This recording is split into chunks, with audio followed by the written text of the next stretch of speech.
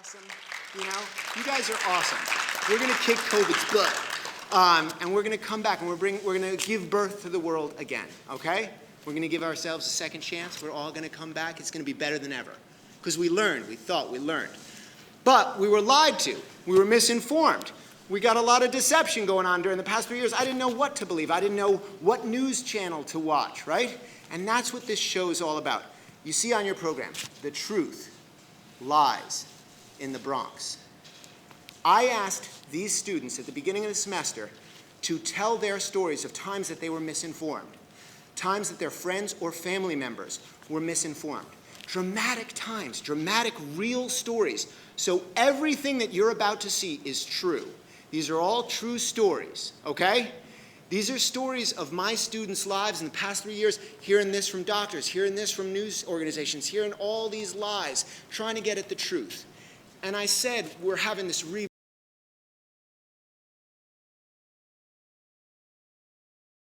truth. Let's leave the lies behind. The misinformation, the disinformation, let's leave that behind and rewrite a true new tomorrow, okay? So that's what this play is all about, right in the first chapter of that, okay?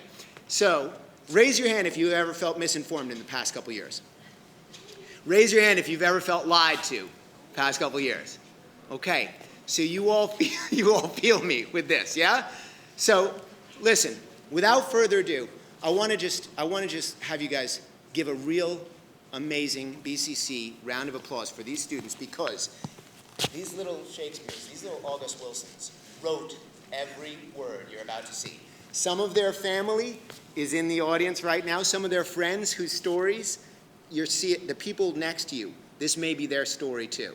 So some of their family shared and allowed them to interview them and tell real stories. So this is authentic stuff, you guys. It's not Shakespeare. None of us is August Wilson. Right? You know, we're doing our best. But these are students just like you, writing stories just like yours. And if you want to share your stories with the Theater Workshop, come back next semester, and you can see your life up on this stage, just like their lives are about to unfold for you. Okay? So without further ado, can you really let them hear you? Writers, performers, amazing creators, the students of BCC in The Truth Lies in the Bronx. Let them hear you.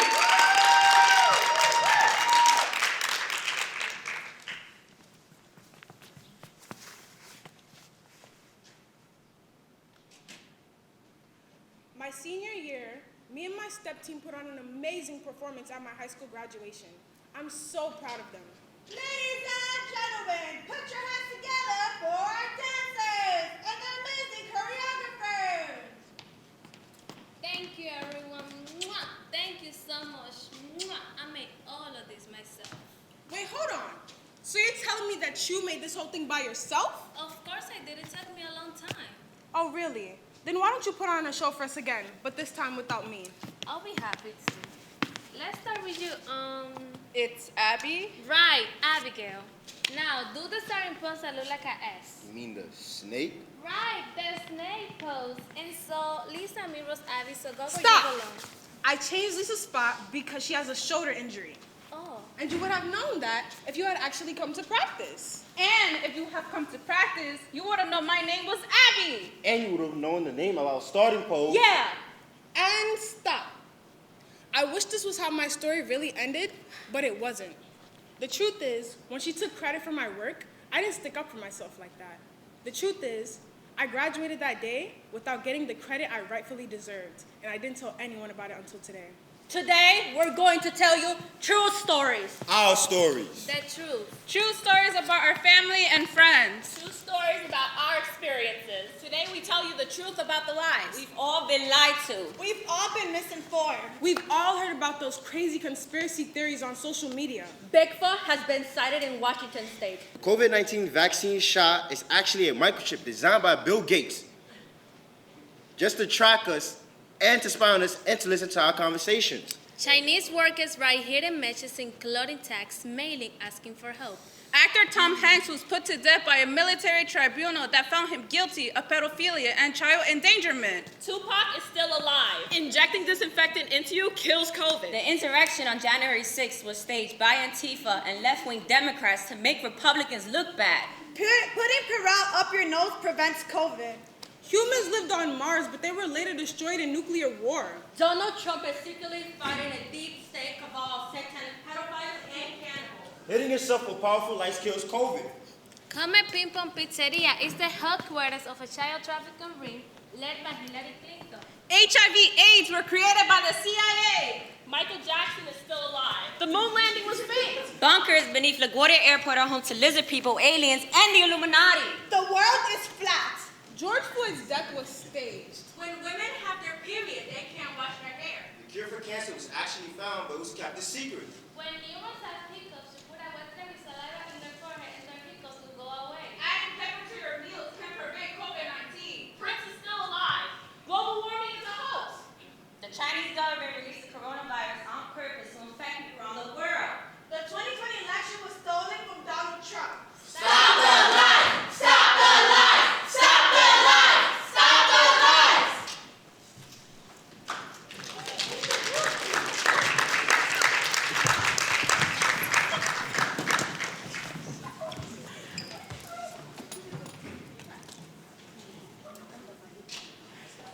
Yes, I remember being misinformed about my health before the outbreak of COVID-19. Around December of the year, my mother and I decided to visit the doctor to check what was happening to me.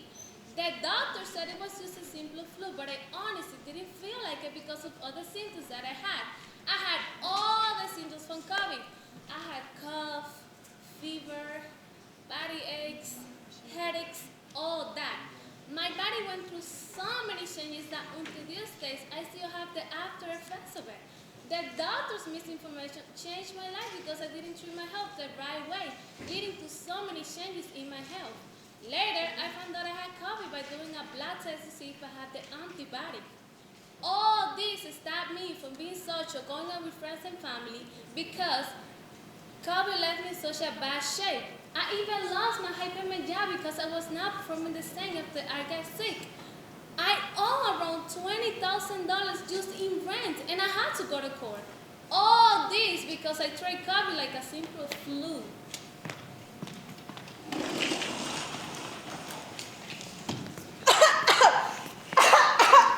You okay?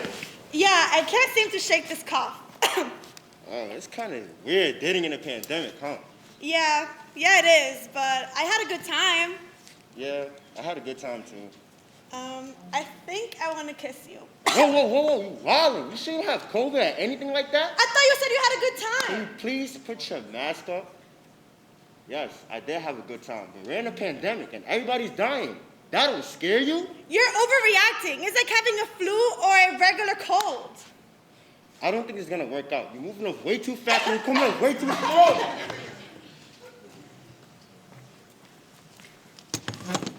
Come in, please. Have a seat. It says here you have BPD, What? borderline personality disorder.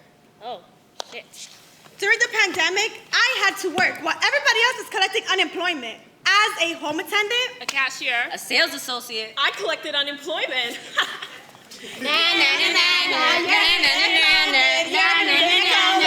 Getting teased by my family members because I wasn't careful during the pandemic. Yet I never got COVID. You started college, worked towards a better life as a Psychiatrist. also a psychiatrist. performing arts major. An actor.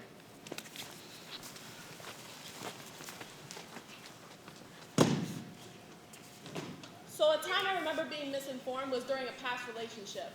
Now, I would have to say it was about the 2009-2011 era. I wouldn't say it was necessarily traumatizing, but definitely impacted me to a point where it has become harder to trust people, as well as regain intimacy. Now, when it comes to romance, I'm not exactly the luckiest. But then I met Daniel, and from there, I felt my life beginning to change. The whole relationship was nice, fairy tale-like even. He was a gentleman. We had common interests, and we were both adventurers. I, of course, kept my 2 kids in mind when it came to Daniel, because I didn't want people just coming in and out of their lives, especially at their age. Eventually, when I did introduce them to each other, they began to build their own relationship. My youngest son even starting to see him as a father-like figure, which of course made me so happy to see. Time passed, let's say about a year, and Daniel was staying with me and my kids in my apartment a few times a week. I began feeling nauseous and extremely moody as weeks went by, and having 2 kids already, I knew where this was going. I was, and still am, a DOE employee, so I did make a fair amount of money. Although Daniel did offer me support emotionally and financially, which I, of course, graciously appreciated. 9 months later, my daughter was born. She looked almost exactly like Daniel, and I thought it was absolutely adorable. He was in awe seeing his first daughter being born. I remember him not being able to stop crying. The whole thing felt like a fantasy come to life until one day, everything just fell apart. I noticed how, as time passed, Daniel was awfully secretive and quiet. I at first passed it off as a stressful work situation or something. But as time went by, the behavior grew more and more consistent, and I grew suspicious. I noticed this particular app he had on his phone, which he used very often, MySpace. He was communicating with this girl that I have never seen or met before. And so I, of course, asked him about her. He claims it to be a cousin. Now, I hadn't met many of his family members, so I, of course, believed him. Weeks went by, behavior grew more and more consistent. I grew impatient and one day picked up his phone. I opened the MySpace app, opened the girl's contact, and what I saw next would truly horrify me to this day. I opened the girl's contact to see hundreds of messages between them, flirting, sexting. I was seeing my boyfriend and father of my daughter cheating on me. Now, I could have ignored it, I could have broken down, I could have isolated myself, but I didn't. I confronted him. I broke up with him, and I kicked him out of my house, and damn well I stood strong. Sure, I cried. It was a painful experience for anyone, but never will I ever allow a man to disrespect me in such a way and set such a bad example for my kids by allowing him to stay in my house.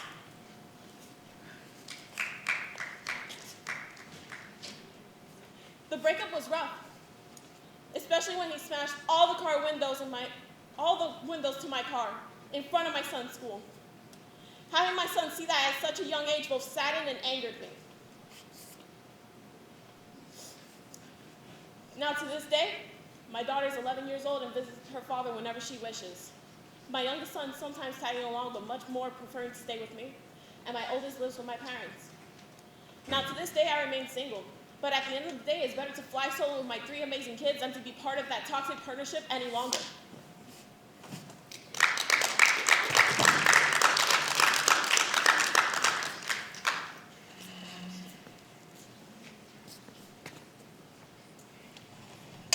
Hello?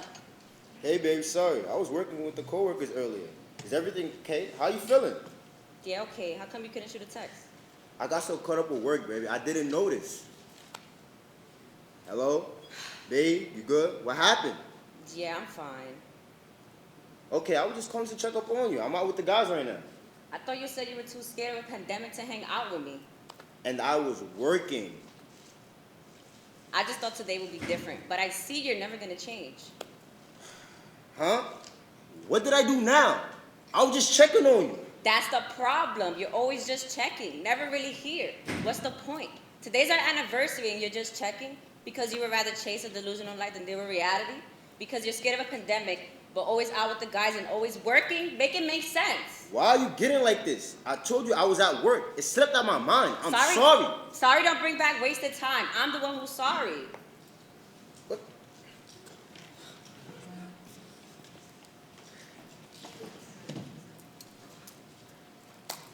The time I was misinformed. Well, there's a lot actually. Oh, I remember this one time, me and my family, we went on a cruise and the rooms were beautiful. Well, actually, before that, me and my aunt, we had problems at boarding because this lady was giving her a hard time. Oh, is everything okay, Auntie? Okay, so we get that resolved. And, you know, my parents, they've been divorced for a long time. And me being the stupid 15-year-old boy I was, I always tried to get them back together, but that went as well as you can imagine. Oh, there was also this other time, me and my brother, we went to the food bar, thinking that the food comes free, but long story short, I ended up maxing out my mother's credit card on hot sausages.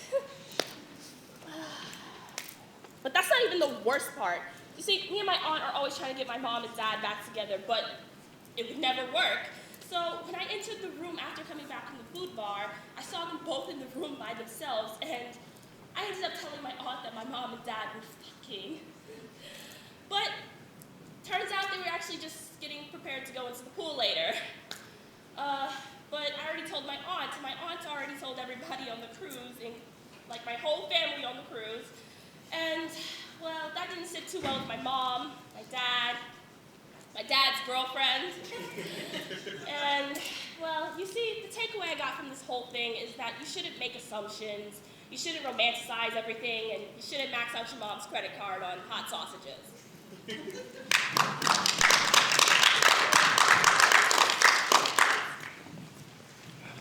During the pandemic, I was working out every day. Shopping during the pandemic was very hectic for me because I remember when people used to fight over toilet paper. Toilet paper! Fine! Ouch! Ah!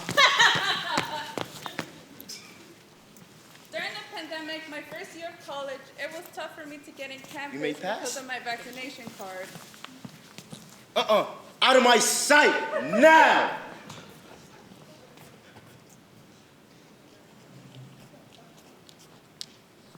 The main thing someone lied to me about was joining the army.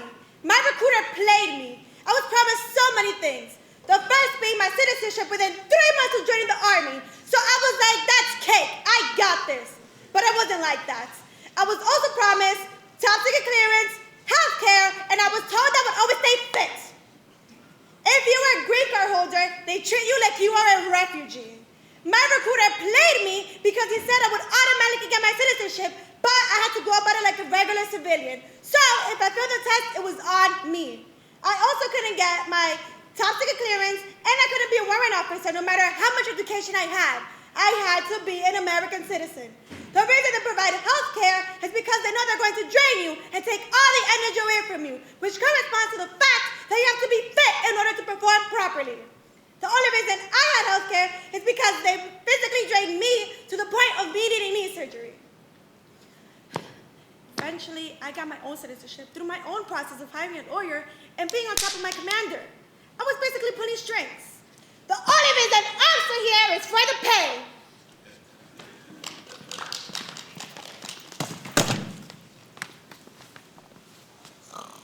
Shopping, One day I woke up to a horrifying public announcement. Albert, wake up. There's a COVID lockdown. I said there's a COVID lockdown. Stop! Having to live with siblings and waking up early was not so great. It was even more irritating having to help my younger siblings with their homework. I need help. Michelle, Please help me first. Not really. Please, you need to help me. Please. Yo! I don't want to sit down. Why does she get to sit down first? You don't have to do that. That's what you get. Why do I have to do this? You I don't know how to sit. use the computer. You need to help me. Why are you helping her, not me? I You're need so help. annoying. You need to help me. Finally!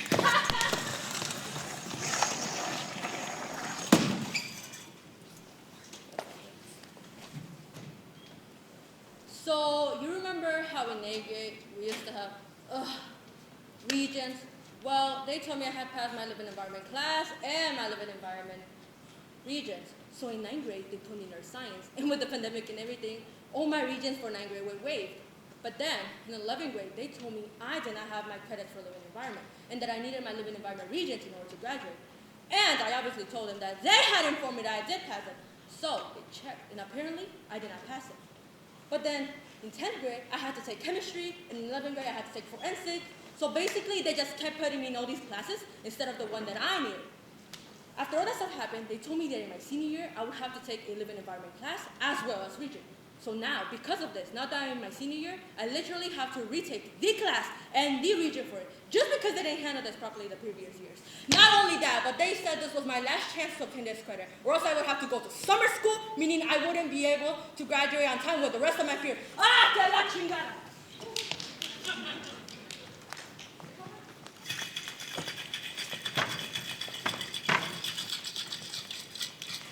Let me get one Long Island iced tea, please.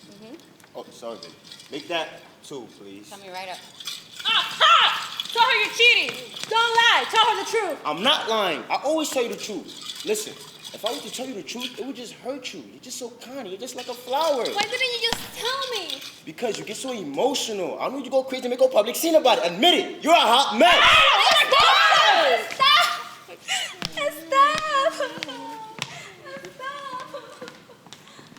While we're still here, might as well get some drinks. Can I get 3 shots, please? Oh no, make that 6 shots. Oh no, 6 shots!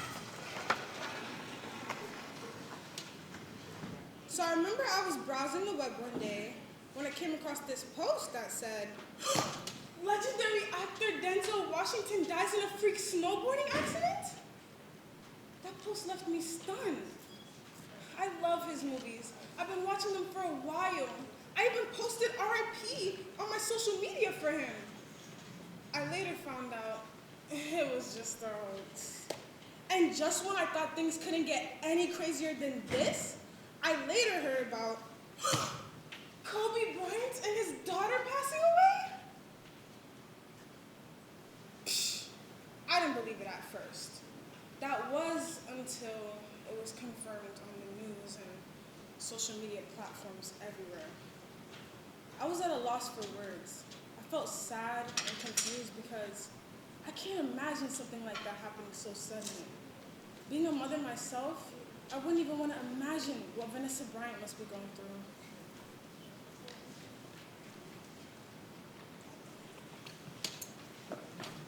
My grandmother was a kind, loving person who knew how to cook and handle a family as dysfunctional as ours.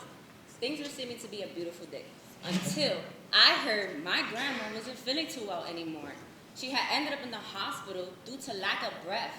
It had turned out to be lung cancer.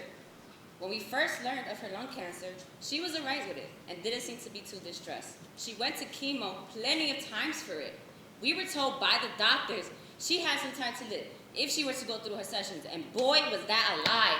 When she passed away at her home, in her bed, I was at work, my older siblings at work, my younger siblings in school, and my mother and father were the only ones right by her side.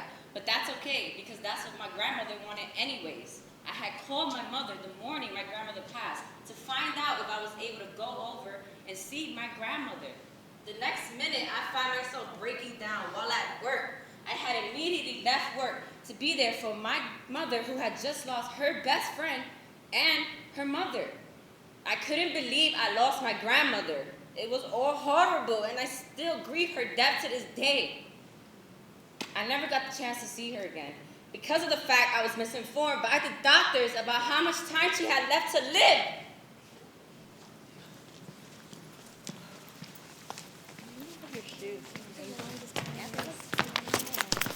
All right, any of you guys heading to the pep rally? I see you guys there. Gosh, he's so handsome. Wait, is there something you haven't told me? Well, I actually have a huge crush on him. Well, if you want, I could talk to him for you. Really? Thank you so much. You're amazing. Of course, anything for a friend. I don't think this is a good idea.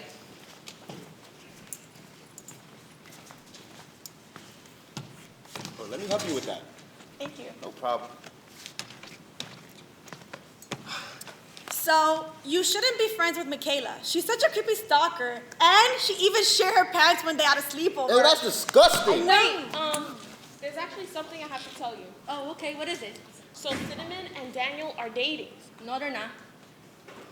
You know what? I think it's better if I just show you.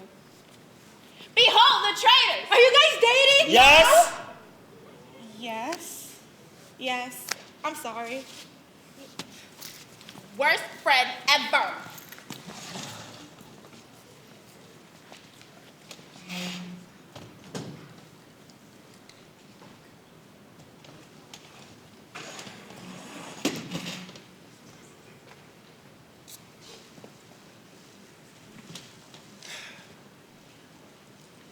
There was a time I was down bad. Like, really, really, real bad. I didn't have any food at home, and I couldn't qualify for free lunch at school.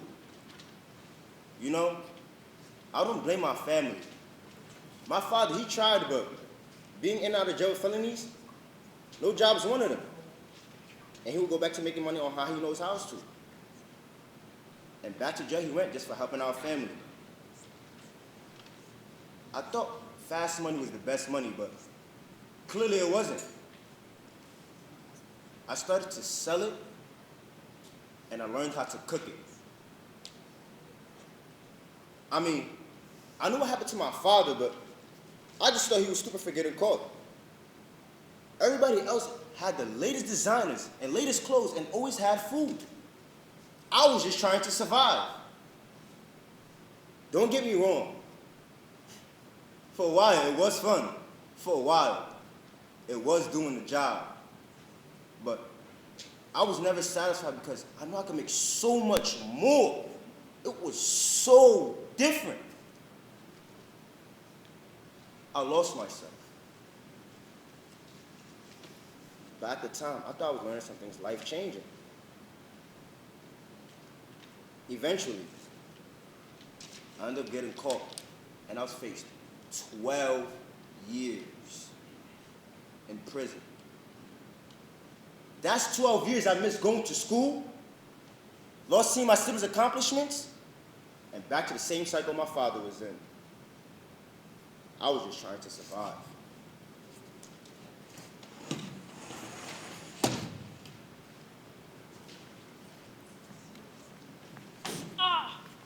Oh my God. Daughter of mine, what happened to me long ago? A personal case of intense pain that gave me part of the stomach. Ay, Dios mío. Think it was something normal to have eaten or drink. Thinking it was going to remove little by little. I didn't pay attention to it. But later, the pains were more intense and more consistent. I didn't think it was something serious. But there came a point where I couldn't take it anymore. I couldn't been with those pains anymore, since they won't let me do my day-to-day activity like sit, walk, or even lie down. So I decided to go to the ER. Wait, emergency! Please, have a seat. The doctor will be right with you. Thank you. She has severe abdominal pain. I heard you have severe pain. Let me check. Ah! If you have waited any longer, you could have lost your life. I need this patient inside your stats. When entering the operation room, seeing all the doctors, machines, and utensils that were going to use on me, I was shocked and half afraid because I only see this in movies. Oh my God, look at the machine. Oh my God, the lights. Wow. And I never imagined being in a place like this. I can tell. Whoa, cool. Beep, beep, beep, beep, Wow. beep, beep, beep, Drip, beep, drip, beep, drip, beep. drip. By Beep. ignoring a simple stomach Beep. upset and not going to Beep. the experts, I could even lose my life. No matter how minimal the pain and discomfort in my body, one has to go through experts like the doctor, and always remember that health comes first. Today, we told you true stories. Our stories. The truth. True stories about our family and friends. Two stories about our experiences. Today we told you the truth about the lies. We've all been lied to. We've all been misinformed. We can be better. We can be better. Stop the lies. Stop the lies. Stop the lies. Stop the lies.